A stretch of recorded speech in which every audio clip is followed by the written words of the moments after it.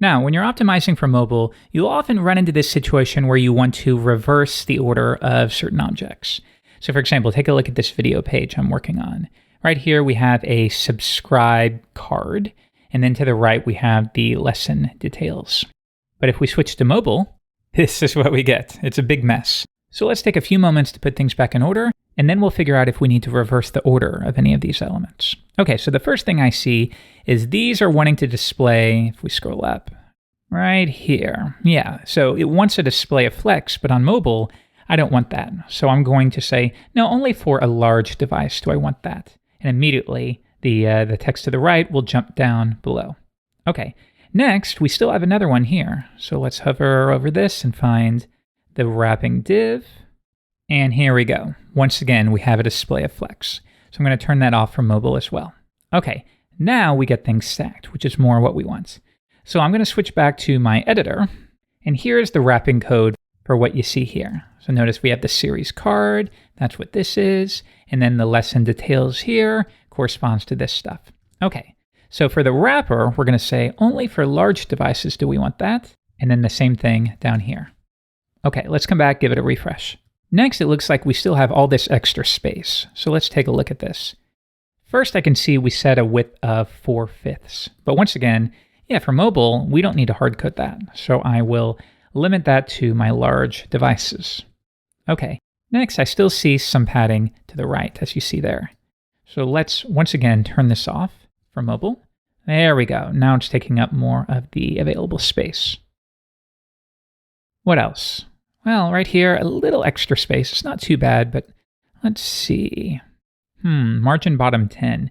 Again, for desktop, we may want that right here, but for mobile, we don't. So once again, right here, we'll say only for large devices.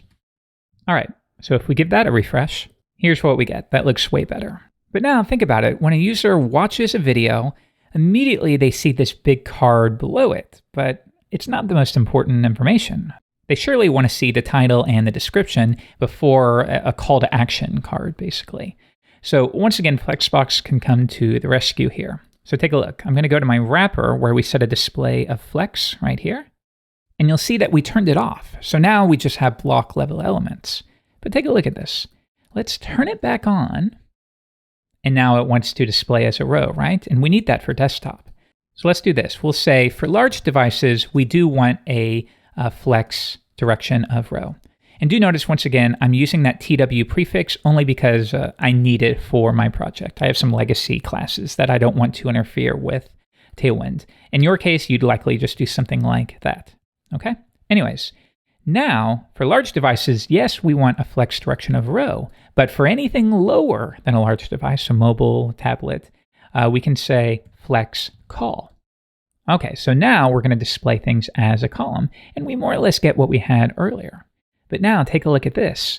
Yes, we can set a flex direction of column, top to bottom, but we can also choose a value of column reverse. So let me show you what that looks like manually. Flex direction, column reverse. So it still displays as a column, but it reverses the direct children. And I do this all the time. Trust me, I think you'll get a lot of use out of this. Now, this is what I want. When the user watches a video, yeah, now they see the title and the description first, and then a call to action. Okay, so let's go ahead and add that. Here, we'll bring back Flexbox for all devices, and then we'll say a flex direction of row for large devices, but then a call reverse direction for mobile up until this breakpoint. Okay, so if I give this a refresh, much better. But if I bring back desktop view, everything still looks the way we want here as well.